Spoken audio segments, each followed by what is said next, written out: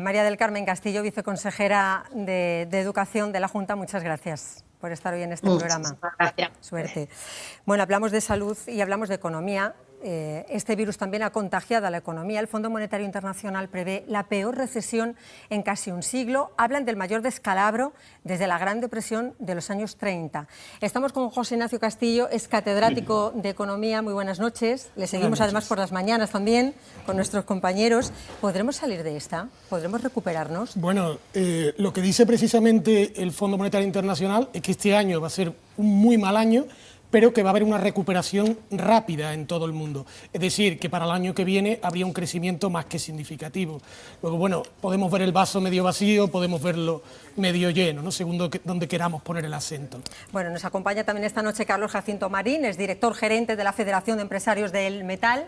Muy buenas noches. Buenas noches. ¿Cuál es su preocupación ahora mismo? ¿Cuál es su situación? Pues ahora mismo ¿Del es sector? En que a muy corto plazo nos vamos a quedar sin EPI. Está trabajando la gente, hay escasez de EPI y no vemos la solución inmediata. Bueno, pues con los dos vamos a hablar esta noche de economía. Vamos a escuchar también al presidente de los empresarios andaluces, porque hemos hablado con Javier González de Lara. Él califica como un drama la situación que están viviendo ahora mismo muchas empresas.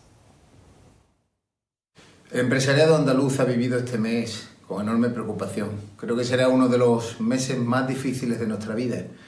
Será un mes difícil de olvidar, porque nos ha cambiado absolutamente todo. Nuestros hábitos, nuestra manera de comunicarnos, de relacionarnos, de estar en convivencia entre nosotros. Las líneas de ayuda, las líneas de apoyo siempre van a ser insuficientes, porque no van a resolver todo el drama que subyace detrás de la propia subsistencia o previvencia de una empresa cuando está en dificultades. Esto es una pandemia que ha venido de golpe, como digo, y que bueno, no va a ser amortiguada con simples medidas paliativas, pero aún así hay que valorar los esfuerzos de las administraciones de poner herramientas útiles para la propia supervivencia de los propios empresarios, de las pymes, micropymes y autónomos. Estamos hablando de cifras escalofriantes, 100.000 ERTE prácticamente en Andalucía, 500.000 de trabajadores afectados, pero la voluntad de los empresarios es seguir sosteniendo, manteniendo el empleo. Otra cosa es luego los acontecimientos y la duración de esta crisis, de esta pandemia, la que irá marcando los tiempos y los plazos, por lo que pedimos que una vez se levante la alarma nacional se puedan prorrogar los ERTEs en aquellos sectores, en aquellas actividades que requieran lógicamente una recuperación mucho más progresiva. No sabemos qué va a ocurrir, cuál va a ser el nuevo modelo de negocio de las actividades turísticas. Va a requerir mucho apoyo social y mucho apoyo institucional, líneas de crédito específicas, líneas de liquidez, moratorias en el pago de impuestos. Tenemos que tratar al turismo, a la industria turística como el sector esencial que es y como motor de progreso. La salida no va a ser fácil, va a ser una salida progresiva, va a ser una salida que va a requerir tiempo y sobre todo mucha unidad. Mucha unidad. Necesitamos que los responsables políticos, institucionales, se coordinen más, demuestren mayor fortaleza, una hoja de ruta definida, un diagnóstico común.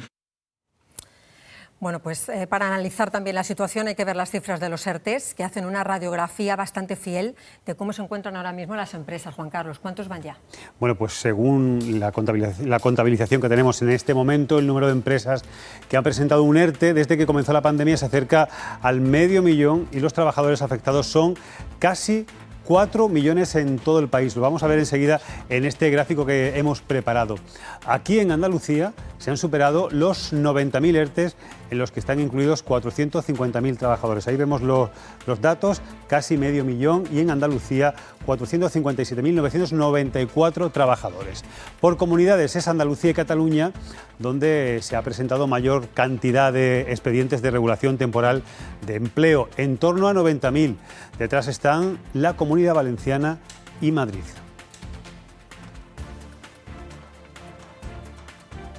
Juan Carlos, saludamos a Lorenzo Amor, es presidente de la Federación Nacional de Trabajadores Autónomos. Me dicen que todavía no lo tenemos, pues aprovecho para ir hablando con nuestros invitados hoy en la mesa. Estábamos diciendo que nos enfrentamos a una crisis, ya sabemos de crisis, porque tuvimos otra en el 2008, pero esta tiene unas características distintas, ¿no? Sí, es completamente diferente, ¿no? Lo que ya sabemos es que vamos a una recesión, ¿no?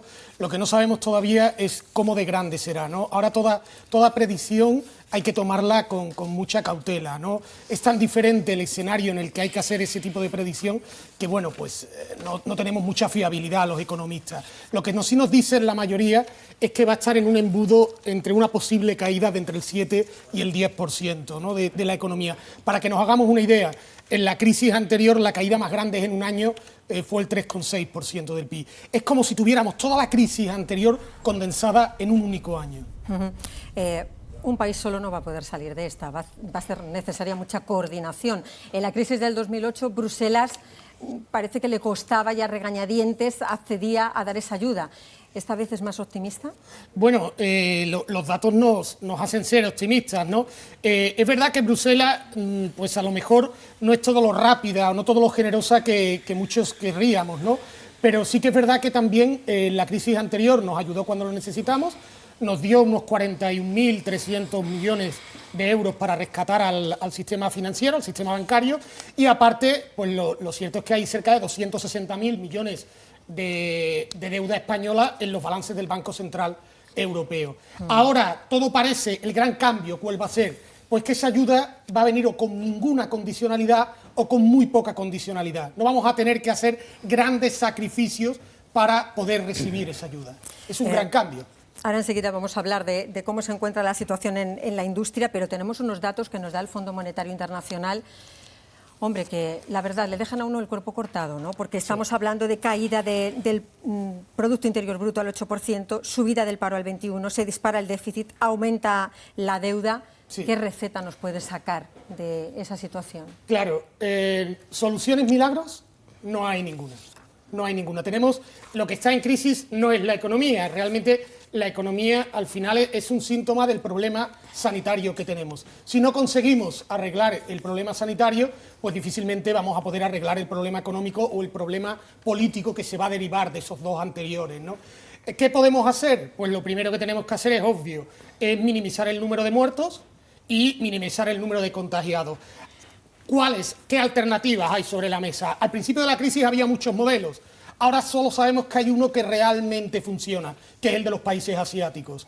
¿Qué necesitamos? Pues necesitamos mascarillas cuando salga la gente a la calle, necesitamos guantes, necesitamos un test, muchos test, prácticamente todo el que muestra algún síntoma o incluso aunque no lo tenga, pues test indiscriminados, tenemos que saber quién es asintomático y, bueno, pues necesitamos en definitiva primero frenar esa crisis sanitaria, porque no hay ninguna medida que hagamos sobre la economía que vaya a solucionar la sanitaria. Y si no solucionamos la sanitaria, la económica seguirá sufriendo. Y necesitamos también autoabastecernos, que es otra de las lecciones que nos deja esta crisis. Bueno, sí, una de las lecciones que nos va a dejar esta crisis es que la industria, que se le ha llenado la boca a tanta gente de decir que era muy importante, pues que ahora estamos viendo realmente la importancia que tiene. La importancia es que efectivamente es una crisis que nada se puede parecer a la anterior. La anterior nos cogió con un 30 y tantos % de deuda sobre el PIB, esta nos ha cogido con cerca de un 100% de deuda sobre el PIB. ¿Qué significa esto? Que la única forma en la que van a poder salir de aquí en los tiempos de guerra de siempre ha sido emitiendo deuda pública. ¿Quién va a emitir la deuda pública si estamos fritos nosotros? Pues vamos a dar avales, que es lo único que podemos dar, y que la emitan pues las empresas.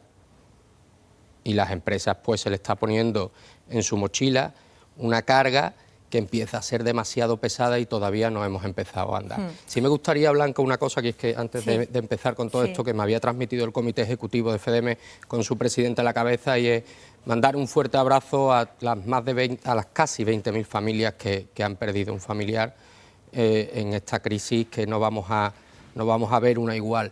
Desde aquí, por supuesto, un fuerte abrazo, y que en ningún momento a nosotros, cuando hemos salido a trabajar, desde la Federación, por ejemplo, no hemos dejado de ir ni un día, en ningún momento hemos sopesado que hay que estar sanidad contra trabajo.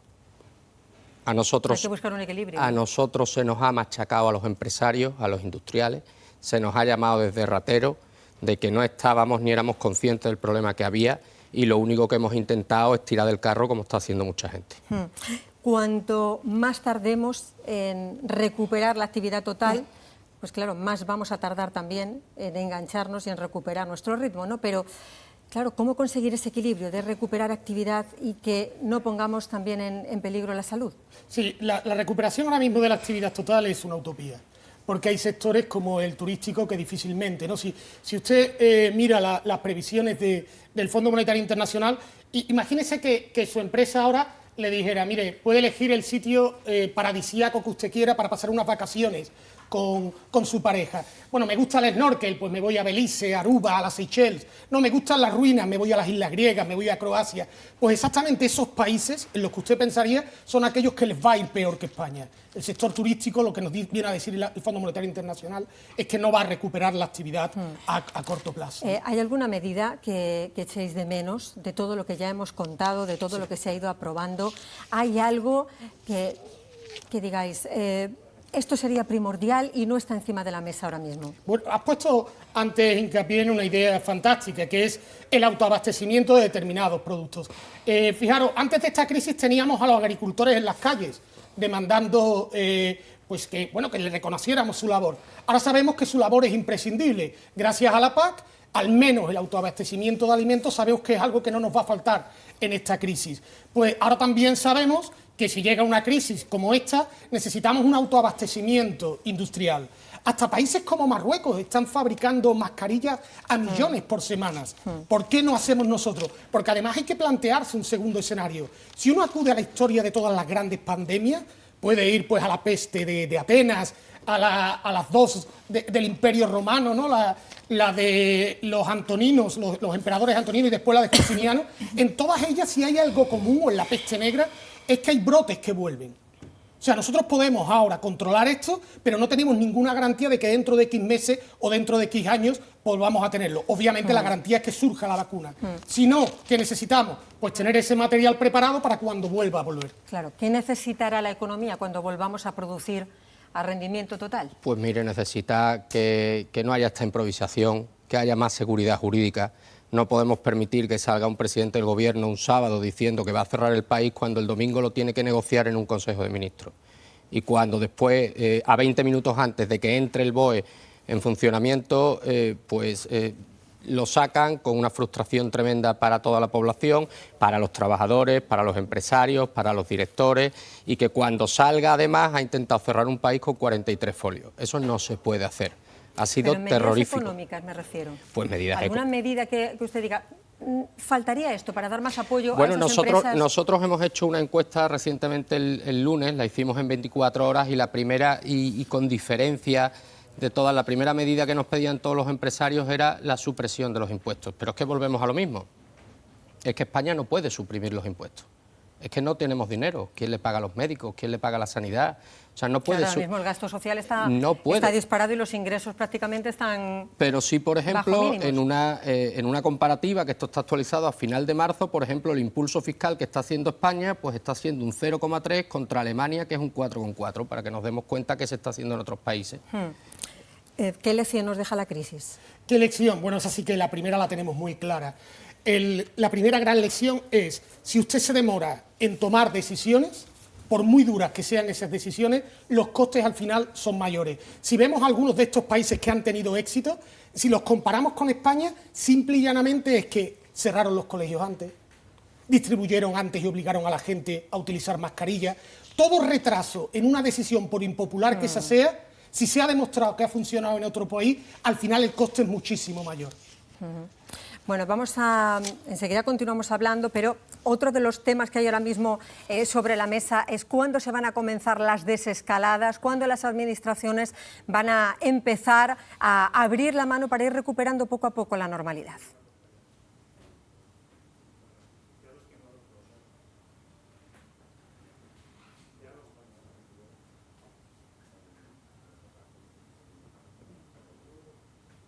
No sé si tenemos esa información. ¿Me dicen los compañeros? Lo que sí se sabe es que del confinamiento no se saldrá de golpe.